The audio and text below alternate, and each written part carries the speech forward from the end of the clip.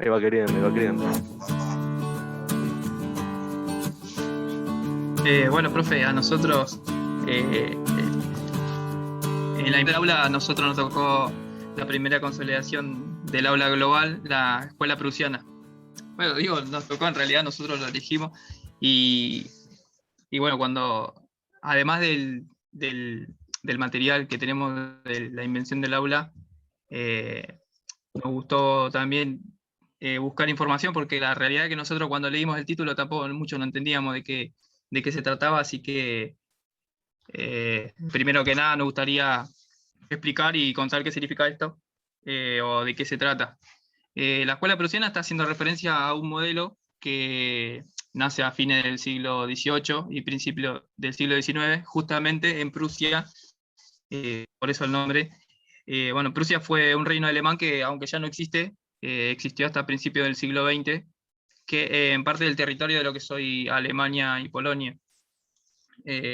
Bueno, en esa época el rey Federico I, que aparece por primera vez en la historia de la obligatoriedad escolar, eh, como base de un sistema muy vinculado a la organización.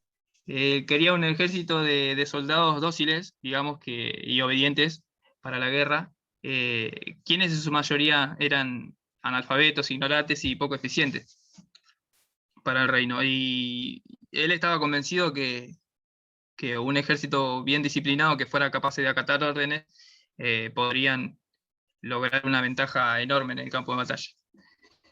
Pero en realidad Federico II de Prusia fue quien se le ocurrió esta genial idea de quitar toda esencia de individualismo, porque veía más bien que los soldados debían ejecutar, no tanto pensar o razonar.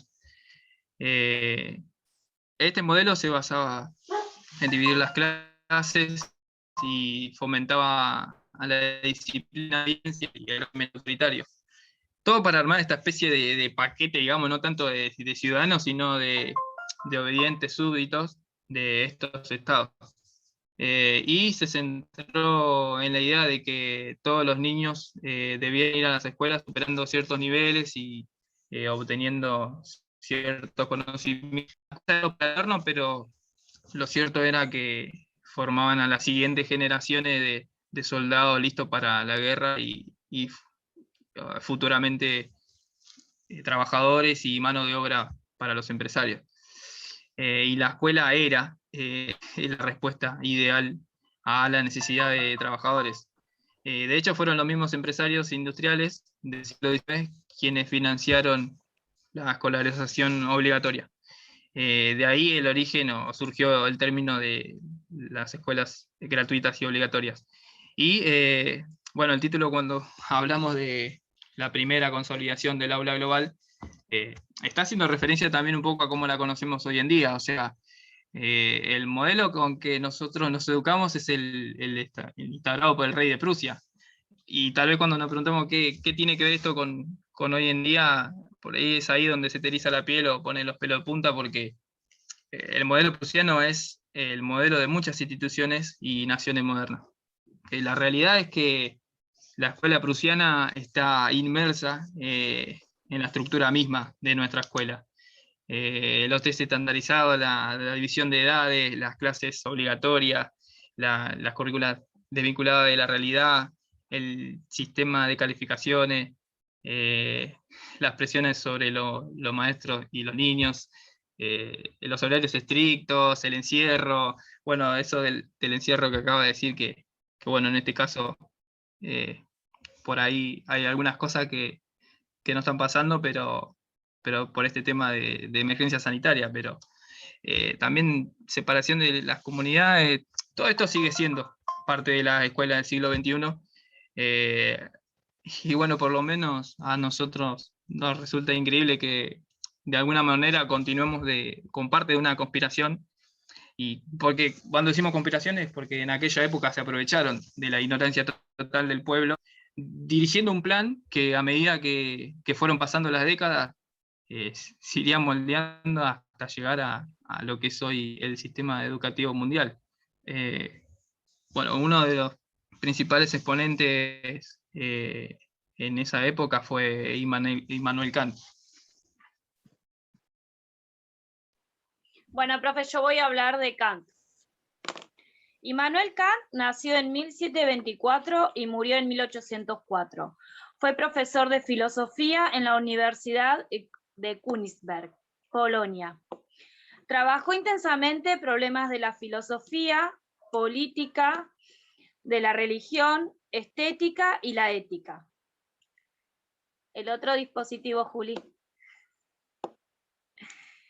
Dictó clases de la pedagogía, que en su momento se consideraba una rama de la filosofía. Una de las figuras más controvertidas, fue una de las figuras más controvertidas de la filosofía moderna, por su teoría del conocimiento humano, que aún es muy discutida. Ahora vamos a ver un pequeño videito. Trascendental, que consiste en trasladar el interés del objeto al sujeto.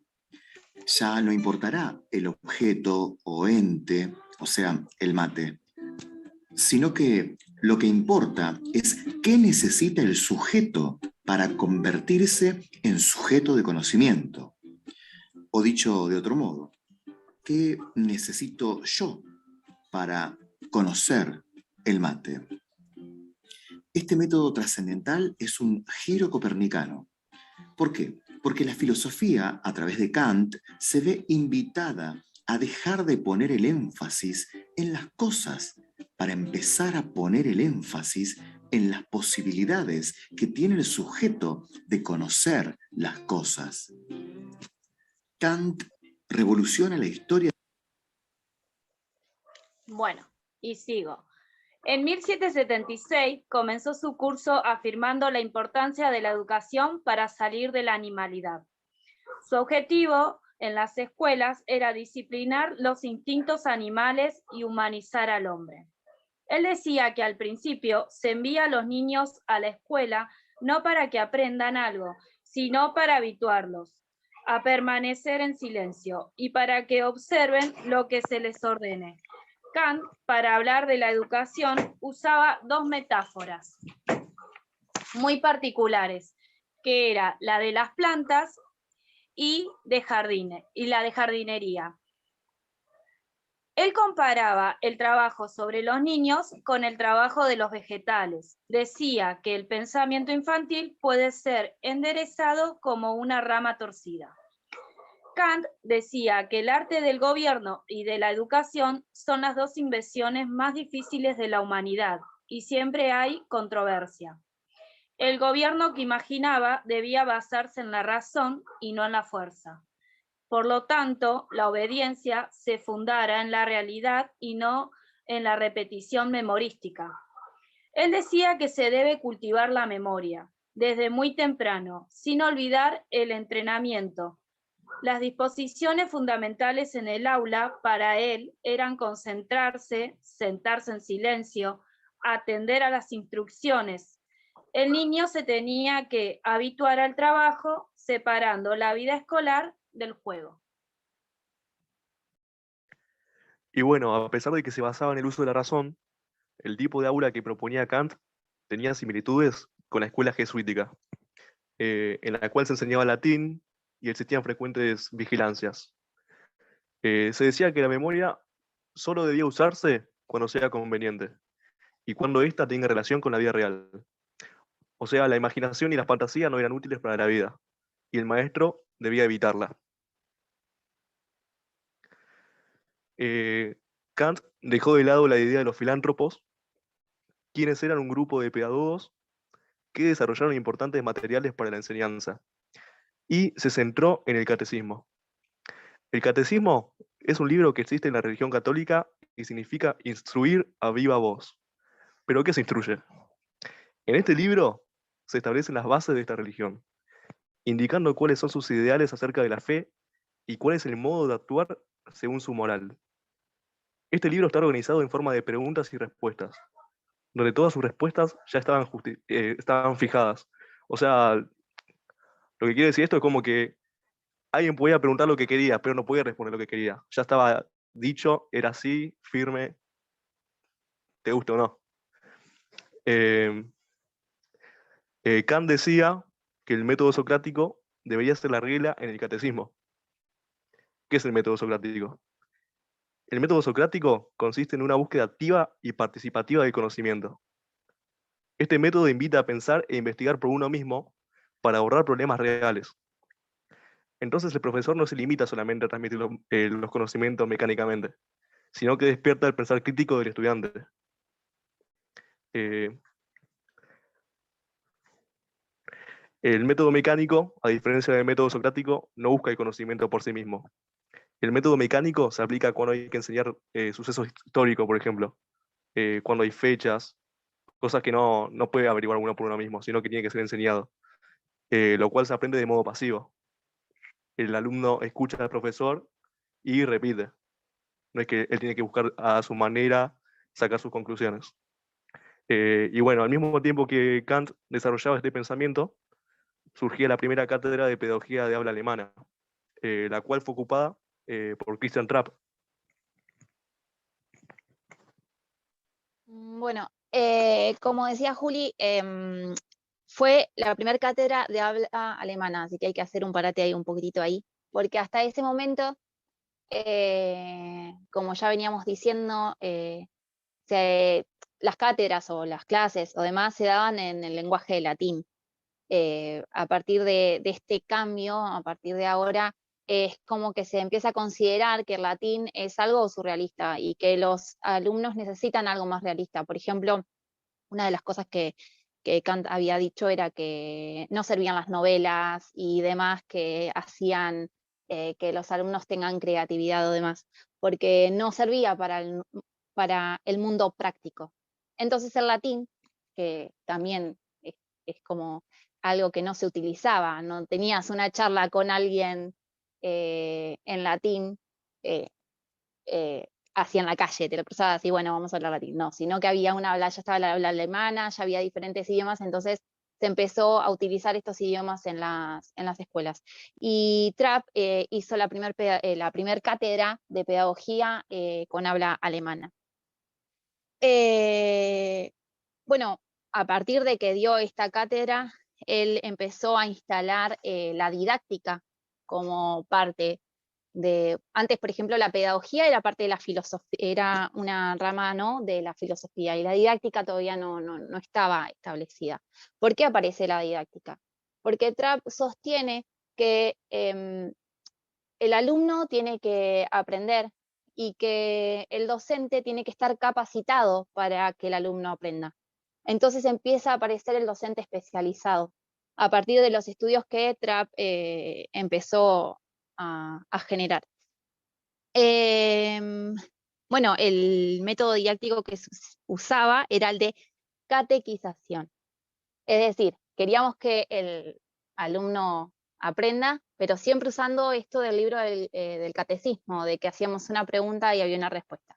Pero no cualquiera estaba preparado para esto. Entonces, los docentes tenían que estar especializados. Obvio que había muchas críticas, ya desde la obligatoriedad, como como Raquel, que no me salía la palabra. Nada, a partir de eso también hubo críticas, porque los padres se les estaban yendo, los chicos que también trabajaban, que era una fuente de ingreso más en casa, tenían que ir a estudiar. ¿Qué me están pidiendo? Y bueno, y esto de que el docente también sea especializado, empezaron las críticas en el hecho de que, ay, ¿qué necesitas? ¿Especializarte para ir a enseñar, a ir a hacer repetir a los chicos?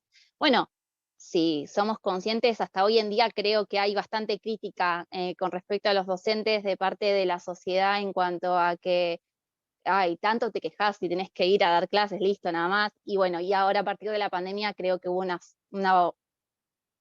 una revisión sobre esto, ¿no? Que es una de las cosas que nos está dejando la pandemia, de que se está entendiendo que no cualquiera te puede educar. Y ya desde ese entonces se venía arrastrando esta crítica.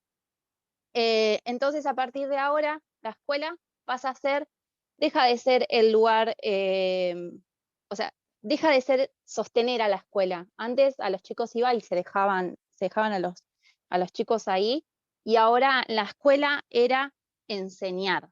Entonces se empezaba a tener esto de enseñar. Los alumnos no tenían que memorizar, empezó, más allá de que estaba esta relación, ¿no? De que era una pregunta y había una única respuesta, pero los alumnos tenían que entender el por qué era esa respuesta.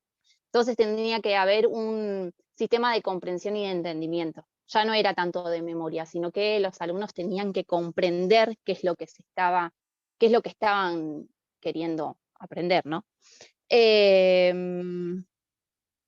Y bueno, a partir de esto también hay que destacar de que acá es como que estamos hablando, bueno, ya era como el alumno que entienda, pero no, tampoco era tan así, porque los alumnos, como dijo Juli, no podían contestar lo que quisieran, no era que entendían en su totalidad y podían desviarse un poco del pensamiento que se establecía, ¿no? Porque el pensamiento estaba establecido, había una única respuesta. Lo único que sí el docente iba a intentar que los alumnos vayan entendiendo y guiarlos a que vayan a esa única respuesta y lleguen a esa única respuesta. Seguíamos teniendo esto de la obediencia, esto de la disciplina y esto de que había una única respuesta y punto. Bueno, creo que ahí ya más o menos estaríamos lo que es la escuela prusiana.